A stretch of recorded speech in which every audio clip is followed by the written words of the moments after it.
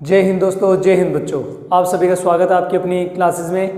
तो हमारा अध्याय चल रहा था, अध्याय नंबर 4 प्राथमिक क्रियाएं नाम से, आपकी मानव भूगोल के मूल सिद्धांत पुस्तक ज्योग्राफी की। तो उसका हमने प्राथमिक क्रियाएं हमारी चल रही थी, जिसमें हमने पशुचारण के बारे में पढ़ लिया था, जिसमें हमने कुछ विशेष तौर पर बातें कर ली थी कि प्राथमिक क्रियाएं होती क्या है और किन किन क्रियाओं को प्राथमिक क्रियाएं बोला जाता है। लगभग अपने 3-4 वीडियो कंप्लीट हो चुके थे इसके। तो आज अपने कुछ आगे बात करने वाले हैं प्राथमिक क्रियाओं के ही भाग में कि प्राथमिक क्रियाओं में और किसको सम्मिलित किया जाएगा। लास्ट चैप्टर में हमने बात की थी, लास्ट वीडियो सेशन में हमने बात की थी पशुचारण के बारे में, और पशुचारण को 2 भागों में बांटा गया था, उनके बारे में अच्छे से समझा था, उनके अक्षेत्रों के बारे में भी अच्छे से समझा था। आज हम बात करने जा रहे हैं कृषि के बारे में। ये भी एक प्राथमिक क्रिया है कि कृषि है क्या और किस प्रकार की कृषि को क्या क्या नाम दिया जाएगा। एक बार आप वीडियो शुरू करने से पहले, क्लासेस शुरू करने से पहले आपको एक बोर्ड पर अलग से एक कृषि के बारे में चल रहा होगा, एक इमेज चल रही होगी।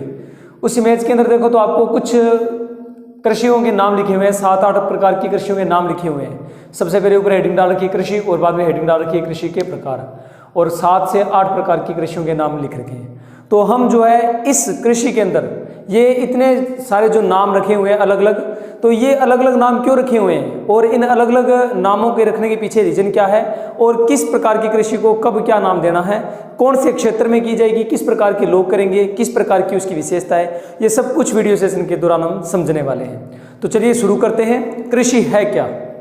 सबसे पहला हमारा ये क्वेश्चन है कि कृषि है क्या। तो भूमि को जोत करके फसल उत्पन्न करना, कि जब भूमि की हम लोग जुताई करते हैं तो भूमि को जोत करके जब हम फसल उत्पन्न करते हैं, और उसके साथ साथ में क्या करते हैं, पशुपालन करने की कला। उसके साथ साथ में किसकी कला? पशुपालन करने की जो कला और ये जो विज्ञान है, इस कला और इस विज्ञान को ही, कौन सी कला और कौन सा विज्ञान, कि भूमि को जोत करके हल के द्वारा, पशुओं के द्वारा, आजकल आधुनिक मशीनों के द्वारा भूमि को जोत करके बीजों के, आधुनिक बीजों के द्वारा फसलों को उत्पन्न करना। उसके साथ साथ में पशुपालन करने की जो कला है, इंसान की, व्यक्ति को जो एक कला है, और ये जो विज्ञान है, वो विज्ञान और वो कला ही क्या है? कृषि है। तो आपको कृषि की परिभाषा तो समझ में आई होगी। अब हम बात करते हैं कि कृषि प्रणालियों को क्यों बांटा गया है, किस आधार पर बांटा गया, वो 7-8 जो प्रकार है वो क्यों बांटे गए हैं, तो उनको समझते हैं। हेडिंग डाल रखी है कृषि प्रणालियां, यानी कृषि के प्रकार। पहले कुछ कारकों के बारे में पढ़ लेते हैं। मैंने यहाँ पर 2 रीजन लिख रखे हैं कि क्यों इनको बांटा गया है, कि भौतिक, सामाजिक और आर्थिक कारक जो है क्यों क्या करते हैं, कृषि को प्रभावित करते हैं। जैसे क्या होता है कि अलग अलग क्षेत्र के अंदर अलग अलग प्रकार की कृषि की जाती है, तो उसके पीछे रीजन क्या रहता है कि उसका भौतिक कारक है। भौतिक कारक में जैसे उसकी मृदा आ गई, जैसे उपजाऊपन आ गया मृदा का, जैसे मिट्टी आ गई, मिट्टी किस प्रकार की पाई जाती है, बलुई मिट्टी पाई जाती है या काली मिट्टी पाई जाती है, दोमट मिट्टी पाई जाती है, इस प्रकार से। यानी ये सारे भौतिक कारक है। वहाँ की जलवायु कितनी है, वहाँ का टेम्परेचर कैसा है, वहाँ पर वर्षा कितनी हो रही है, इस प्रकार से। सिंचाई के साधन क्या है, ये सारे के सारे रीजन किस में गिने जाएंगे? आपके भौतिक कारकों में। सामाजिक कारक, यानी वहां पर रहने वाली जनजातियां कौन है या लोग कौन है, और उनका रहने सहने का, उनका रीति रिवाज क्या है, वो किस प्रकार की कृषि को बढ़ावा देते हैं, वो सामाजिक कारकों में आएंगे। और आर्थिक कारक का कहने का मतलब ये है कि हर एक प्रकार की कृषि को जब करता है इंसान, व्यक्ति जब करता है, तो उसके लिए अलग अलग प्रकार के आधुनिक संसाधनों की आवश्यकता पड़ती है, और उसके साथ में रुपए पैसे की जरूरत पड़ती है, तो वो आर्थिक कारक। ये सारे कारक क्या करते हैं? कृषि कार्य को प्रभावित करते हैं। तो इस कारण जो है कृषि को अलग अलग भागों में अलग अलग नाम रखे गए हैं और अलग अलग प्रकार से उनको बांट दिया गया है।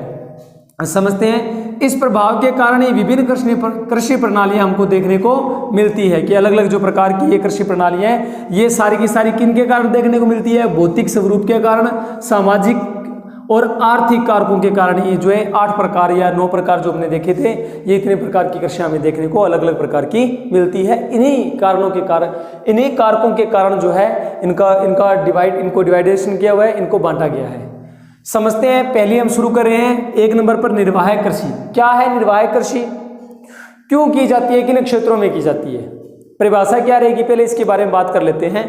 तो निर्वाह कृषि यानी इस कृषि प्रणाली में क्या है कि कृषि क्षेत्र में रहने वाले जो लोग होते हैं वो खाद्य फसलों का उत्पादन स्थानीय उपयोग के लिए करते हैं। समझना ये कृषि क्यों की जाती है। ये कृषि जो है कोई व्यापार के उद्देश्य से नहीं की जाती, भाई ठीक है अभी फसल को ज़्यादा मात्रा में उत्पादित किया जाए और उसको मार्केट में ले जाकर के बेचना है, ऐसा नहीं। यानी निर्वाह कृषि नाम से पता चल रहा है कि जीवन निर्वाह करने के लिए, बस जीवन को व्यतीत करने के लिए, अपनी आवश्यकताओं की पूर्ति के लिए, अपने खाद्य आवश्यकता जो पूर्ति है उसको पूरा करने के लिए, जीवन निर्वाह करने के लिए कृषि की जाती है। तो इसलिए इसको बोलते हैं जीवन निर्वाह कृषि या निर्वाह कृषि।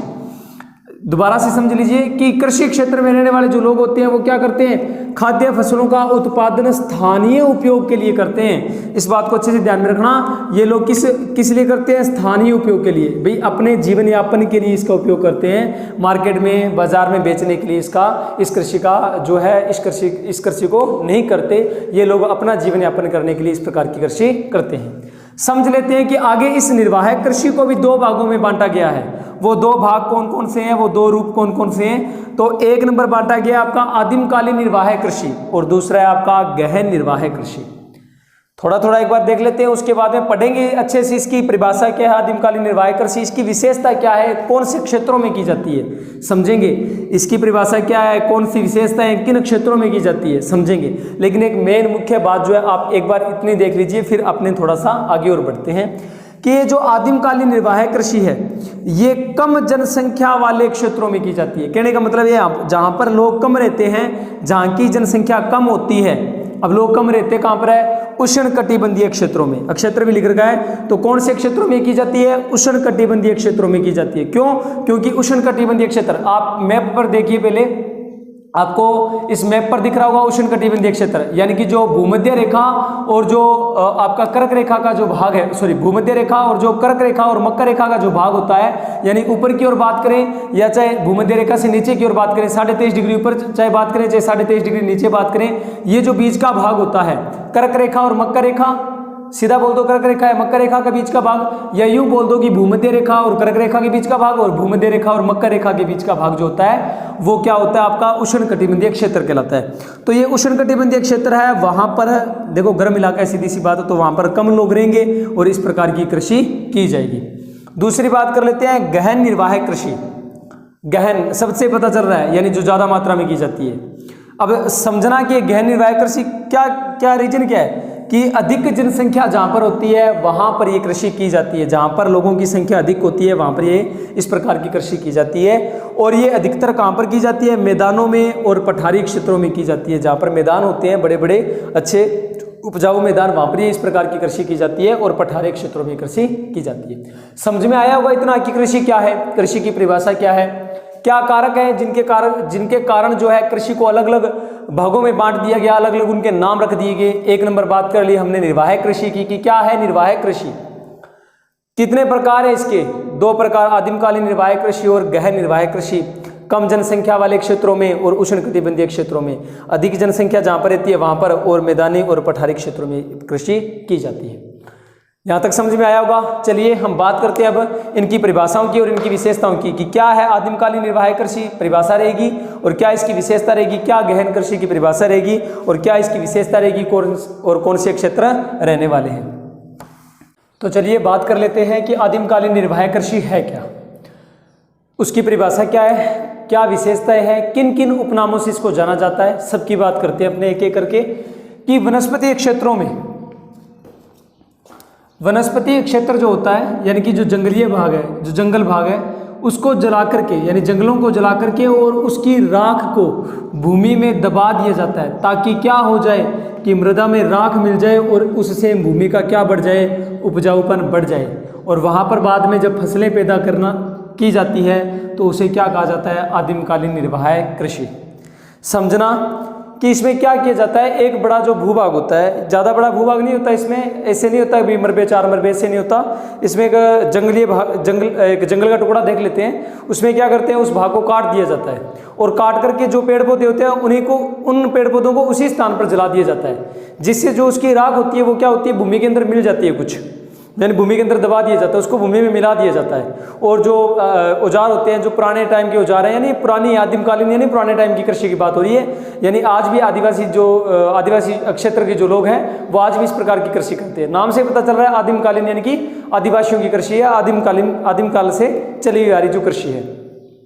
तो इसमें क्या किया जाता है कि जो पुराने औजार हैं, जैसे आपका फावड़ा हो गया, जैसे आपका खुरपी हो गया, जैसे आपका कोई लकड़ी वगैरह हो गया, कुदाली वगैरह हो गया, उनके द्वारा क्या किया जाता है, बाद में उस भूमि के अंदर ऐसे इस प्रकार से थोड़ा थोड़ा मिट्टी को उखाड़ दिया जाता है और बाद में क्या कर दिया जाता है, बीज का छिड़काव कर दिया जाता है, नहीं बीजों को डाल दिया जाता है। ऐसे नहीं कि भी हाँ ट्रैक्टर लेके आए, उसके पीछे हल वगैरह लगाया, भूमि को जोता, फिर उसने सिंचाई वगैरह मतलब बीज वगैरह बोया अलग मशीन से, ट्रैक्टर से, जो भी है, उसके बाद में उसमें खाद स्प्रे डाली। ऐसा इतना लंबा चौड़ा कोई प्रोसेसिंग नहीं होता इसमें क्या होता है, एक भूमि का जो भाग होता है, एक जंगल का टुकड़ा होता है, उसको जला दिया जाता है, पेड़ों को काट करके पेड़ों को काट दिया जाता है और वहीं पर जला दिया जाता है, ताकि जो भूमि साफ भी हो जाती है, उतना भाग साफ हो जाता है और साथ में जो पेड़ पौधों के जलने से जो राख एकत्रित होती है, उससे क्या होता है कि भूमि का उपजाऊपन बढ़ जाता है। और जब भूमि का उपजाऊपन बढ़ेगा तो वहाँ पर क्या करते हैं, खुदाली से या फावड़े से, जो भी उनके पास में औजार होते हैं पुराने टाइम के, उनसे क्या करते हैं, थोड़ा थोड़ा खुदाई कर देते हैं और वहाँ पर बीज का छिड़काव कर देते हैं। बाद में वर्षा का करते हैं वेट, और जब वर्षा होती है तो वर्षा होने के कारण में, और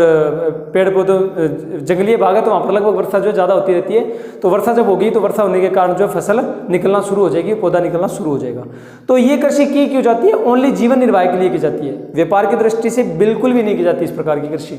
तो इसमें क्या है कि वनस्पति भाग को, जंगलों को जला करके और उसकी राख को भूमि में दबा दिया जाता है। मृदा में राख को मिलने से मृदा की उपजाऊपन बढ़ जाता है और उससे वहाँ पर बाद में फसल जो पैदा की जाती है उसको क्या कहते हैं, आदिमकालीन निर्वाह कृषि कहते हैं। इसके उपनाम क्या क्या है, देखो, पेड़ों को काटा जाता है, उसकी वजह से इसको कर्तन बोलते हैं, और जलाया जाता है, उसकी वजह से इसको बोलते हैं दहन। दहन का मतलब होता है जलाना, यानी काटने और जलाने के कारण इसको कौन सी कृषि कहते हैं, कर्तन और दहन कृषि भी कहते हैं। दूसरा इसका उपनाम क्या है, स्थानांतरित कृषि। समझेंगे इसका उपनाम क्यों रखा हुआ है, नीचे मैंने परिभाषा वगैरह भी लिख रखी है।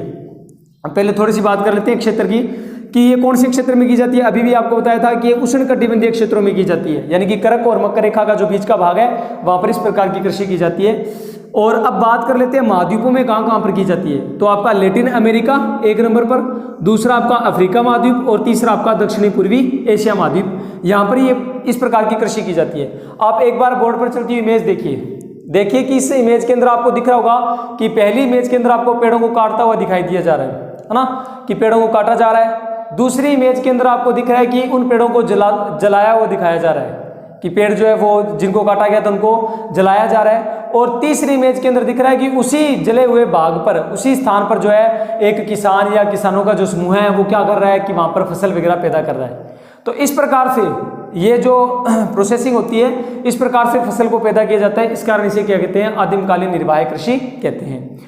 और बाद में आपको कुछ नक्षत्र जो है उनका भी आपको सामने महाद्वीप पर स्क्रीन पर इमेज चलती हुई दिख रही होगी, कि महाद्वीपों को दिख रहा होगा, और मैंने हाईलाइट कर रखा है और लिख भी रखा है। ऊपर की जो रेखा है 23.5 डिग्री भूमध्य रेखा जो बीच का होता है, यानी पूरा का पूरा ये जो आपके सातों के सातों महाद्वीप है, इनके एकदम बीच में से एक रेखा गुजारेगी, उसको बोलते हैं भूमध्य रेखा। और उसके 23.5 डिग्री ऊपर की जो रेखा है इसको बोलते हैं कर्क रेखा, और जो 23.5 डिग्री जो दक्षिण में रेखा है उसको बोलते हैं मकर रेखा। तो ये जो कर्क रेखा और ये जो मकर रेखा है, इसके जो बीच का भाग है उसे कहते हैं उष्णकटिबंधीय क्षेत्र। और अब इस उष्णकटिबंधीय क्षेत्र में आपको दिख रहा होगा सर कौन कौन से महाद्वीप आ रहे हैं। तो इनमें आपका एक नंबर महाद्वीप आपको दिख रहा होगा लैटिन अमेरिका, यानी आपको इधर इधर दिख रहा होगा उत्तरी अमेरिका, और नीचे की तरफ दिख रहा होगा दक्षिणी अमेरिका। तो उत्तरी अमेरिका और दक्षिणी अमेरिका के जो बीच का भाग है, इस भाग को अगर साथ में सम्मिलित कर लिया जाए तो उसको बोलते हैं लैटिन अमेरिका। तो ये हाईलाइट भी कर रखा है मैंने, मार्क भी कर रखा है। तो ये जो भाग है मार्क किया हुआ, ये आपका लैटिन अमेरिका महाद्वीप है, और इस भाग में आदिमकालीन निर्वाह कृषि की जाती है। चलिए आगे 2 नंबर आगे आपको दिख रहा होगा सेकंड नंबर पर अफ्रीका महाद्वीप, उसका भी भाग डार्क किया हुआ है। तो यहाँ पर इस अफ्रीका के इस भाग के अंदर ये इस प्रकार की कृषि की जाती है। उसके बाद में आपको दक्षिण और पूर्व का जो एशिया महाद्वीप का जो दक्षिणी और पूर्वी भाग है आपको हाईलाइट किया हुआ दिख रहा होगा, डार्क कर रखा है, मार्क कर रखा है। तो वो जो भाग है वहां पर भी इस प्रकार की कृषि की जाती है। तो आपको नक्षत्र भी मैप के जरिए अच्छे समझ में आए गए होंगे, और आपको इमेज देखने से भी समझ में आ गया होगा कि ये कृषि जो है किस प्रकार से की जाती है, किस प्रकार से पेड़ों को काटा जाता है, वहां पर उनको जलाया जाता है और बाद में वहां पर फसल पैदा की जाती है। तो आपको ये तो समझ में आ गया होगा कि इसकी परिभाषा कैसे है, और इसका नाम कर्तन और दहन क्यों रखा गया, कौन से क्षेत्रों में की जाती है। उष्णकटिबंधीय क्षेत्र के बारे में बात समझ में आ गई होगी। देखो जितना आप मैप से पढ़ने की कोशिश करोगे, जियोग्राफी सब्जेक्ट ही ऐसा है कि अगर आपको मैप के जरिए अगर आपको पढ़ाया जाता है आपके स्कूल विद्यालय के अंदर जहाँ पर भी आप पढ़ रहे हो, वहाँ पर जितना ज़्यादा आप मैप से पढ़ने का प्रयत्न करोगे उतना ही ज़्यादा ये जो नक्षत्र है इनका रट्टा लगाने की कोई आवश्यकता नहीं है, कोई परिभाषा का रट्टा लगाने की आवश्यकता नहीं है। नई परिभाषा का रट्टा लगाना, नए नक्षत्रों का रट्टा लगाना, ओनली आप बढ़िया से 4-5 लगभग 20-30 मैप लेके आइए जिसमें महाद्वीप बने हो, यानी ये संसार के मैप लेके आइए और उनको डायरेक्ट कीजिए कि ये इस क्षेत्र के इस क्षेत्र के, तो आप उनको 10-15 बार भर के देखोगे तो आपको अच्छे से क्षेत्र भी याद रहने लग जाएंगे। तो आप ये प्रोसेसिंग कीजिए, आपको जो है ना तो परिभाषा का रट्टा लगाने की जरूरत और ना ही जो है क्षेत्रों को रट्टा लगाने की जरूरत। और क्षेत्र पूछे जाते हैं, बढ़िया तरीके से पूछे जाते हैं, और जब आप बढ़िया तरीके से लिखोगे तभी तो आपको पूरे में से पूरे नंबर मिलेंगे। चलिए समझते हैं। आगे हमने बात की थी इसके दूसरे नाम की कि इसको स्थानांतरित कृषि क्यों कहते हैं। तो स्थानांतरित कृषि क्यों कहते हैं कि जब क्या होता है 3 से 5 वर्षों में मिट्टी का उपजाऊपन नष्ट हो जाता है। आप वापस एक इमेज देखिए, इस इमेज के अंदर देखिए कि आपको यहाँ पर कोई भी जो कृषि कर रहा है व्यक्ति, ये आपकी आदिमकालीन निर्वाह कृषि, इसके अंदर ये जो कृषि की गई थी तो इसके अंदर क्या किया गया था कि भूमि के अंदर किसी प्रकार का कोई रसायन वगैरह नहीं डाला गया था। ऐसे नहीं कि भी खाद डाल दी या कोई छिड़काव कर दिया या इस प्रकार का कोई प्रोसेसिंग नहीं थी। तो ये क्या है कि जब भूमि को कुछ खाद वगैरह या कुछ नहीं देंगे तो जो भूमि की उर्वरता है वो धीरे धीरे क्या होती जाती है, नष्ट होती जाती है, क्योंकि खाद वगैरह नहीं देने के कारण। तो भूमि का जब उपजाऊपन नष्ट हो जाता है तो एक दिन में तो नष्ट होगा नहीं, आप 2-3 बार वहाँ पर फसल पैदा करोगे तो धीमे धीमे उसका उपजाऊपन कम होता जाएगा। तो जब भूमि का उपजाऊपन नष्ट हो जाता है तो लोग क्या करते हैं, ये आदिवासी लोग क्या करते हैं, ये नए स्थान पर चले जाते हैं। यानी जो किसान होता है वो नए क्षेत्र में चला जाता है, नए स्थान पर चला जाता है और वहाँ पर जाकर के सेम प्रोसेसिंग करता है। वापस से जंगल के कुछ भाग को काट देगा, जला देगा और जला करके फिर से भूमि को तैयार करेगा और वापस से कृषि करेगा। तो यानी कि क्या करता है, अपना स्थान परिवर्तन करता है, अपना स्थान बदलता रहता है 3-4 सालों के बाद में, 5-7 सालों के बाद में। तो जब बार बार में अपना स्थान परिवर्तन करके ये लोग कृषि करते हैं तो इसलिए इसको बोलते हैं स्थानांतरित कृषि। और एक नाम और भी बोलते हैं कि इसी कृषि को बोलते हैं जूमिंग कृषि। जूमिंग कृषि क्यों बोलते हैं, क्योंकि यही बात कि जब व्यक्ति क्या करता है, जब किसान जो ये आदिवासी जो लोग थे वो क्या करते हैं कि एक स्थान से दूसरे स्थान पर जा करके घूम करके, यानी कि घुमक्कड़ जीवन होता है इनका कृषि करने का तरीका कैसा होता है, घुमक्कड़ माना जाता है, यानी घूम के करते हैं, ऐसे गोल गोल घूम के नहीं, यूं मतलब कि एक स्थान को छोड़कर दूसरे स्थान पर जाकर के करते हैं। तो ये जब एक स्थान को छोड़कर दूसरे स्थान पर घूमते रहते हैं, घूमते फिरते कृषि करते रहते हैं, तो इनके घूमने के कारण इन्हें स्थानांतरित कृषि कहते हैं और इनके घूमने के कारण इसका दूसरा नाम रखा गया जूमिंग कृषि। तो ये पेपर में मत लिख के आना, क्योंकि 3-4 साल पहले एक बच्चे ने लिखा था कि झूमी कृषि पूछा गया था, तो बच्चे का आंसर आया था कि जो कृषि झूम के की जाती है उसे झूमी कृषि कहते हैं। तो इस प्रकार का आंसर मत देना आप भी। तो ये क्या है कि इस प्रकार की कृषि में व्यक्ति क्या करता है, घुमक्कड़ जीवन व्यतीत करता है, यानी घूम के कृषि करता है, एक स्थान से दूसरे स्थान पर चला जाता है, स्थान परिवर्तन करता रहता है। इस कारण इस कृषि को जूमिंग कृषि, स्थानांतरित कृषि और कर्तन और दहन कृषि भी कहते हैं। थोड़ी सी कुछ और विशेषता भी पढ़ लेते हैं कि इस कृषि में बोया गया अक्षेत्र क्या होता है, छोटा होता है। आपको फिर से इमेज दिख रही होगी कि एक जो किसान है वो छोटे से भूभाग को काट रहा है और उसी को जला रहा है। तो ये छोटा सा भूभाग होता है जहाँ पर कृषि की जाती है। औजार कौन कौन से होते हैं, जैसे लकड़ी, कुदाली, हसिया और खुरपी, यानी जो पुराने औजार हैं, आज के आधुनिक औजार नहीं है कि ट्रैक्टर वगैरह है या पीछे जो भी आपके औजार होते हैं, आधुनिक जो औजार हैं, जो भी आपके हल वगैरह हैं या इस प्रकार के मशीनें वगैरह हैं, आज के आधुनिक औजारों का इस्तेमाल नहीं करता ये व्यक्ति।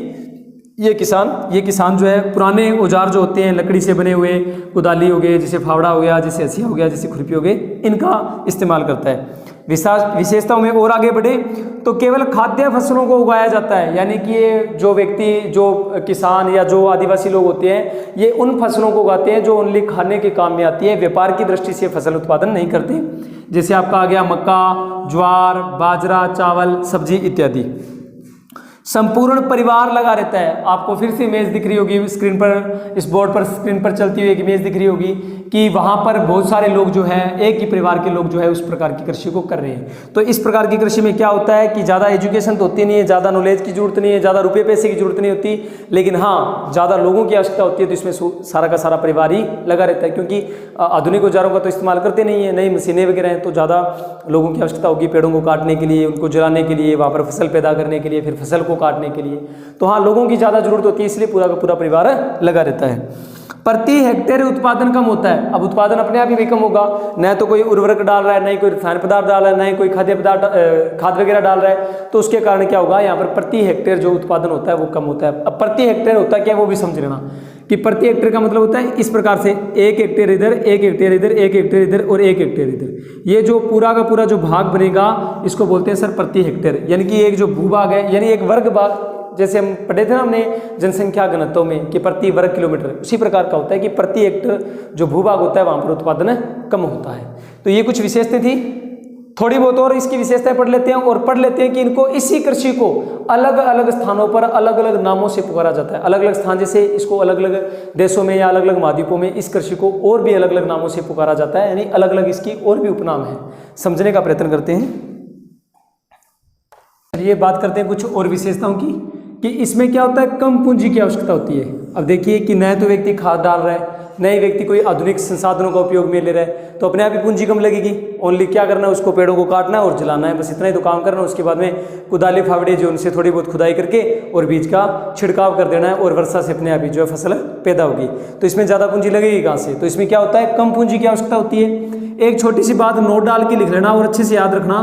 पूछा जाता है कि झूम चक्कर क्या है या झूम चक्कर किसे कहते हैं, यानी जब जंगलों में आग लगा करके जंगलों को साफ करने की जो प्रक्रिया होती है उसे कहते हैं झूम चक्कर।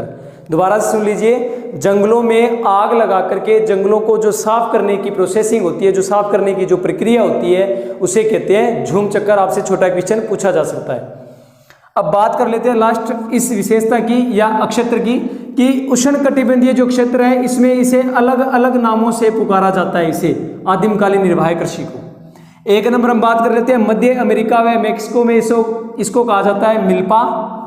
उत्तरी पूर्वी भारतीय जो राज्य है उसमें इसे कहा जाता है जूमिंग, और मलेशिया व इंडोनेशिया जो इसमें इसको कहा जाता है लादांग। समझना जरा मैप के जरिए। आपको स्क्रीन पर चलता हुआ एक मैप दिख रहा होगा, उष्णकटिबंधीय क्षेत्र का भाग। उसमें आपको मध्य अमेरिका व मैक्सिको इधर वाला जो भाग है, अमेरिका का जो भाग है इसको डार्क रखा है और वहां पर लिखा हुआ भी है साथ में मिल्पा, यानी मध्य अमेरिका और मैक्सिको का जो भाग है वहां पर इसे इस कृषि को मिल्पा के नाम से जाना जाता है। उसके बाद में उत्तरी पूर्वी जो भारतीय राज्य है यानी जो एशिया महाद्वीप है और उसके जो उत्तरी पूर्वी राज्य है जहां पर इसको डार्क रखा है और वहां पर लिखा हुआ भी है कि इसको कहा जाता है जूमिंग कृषि नाम से।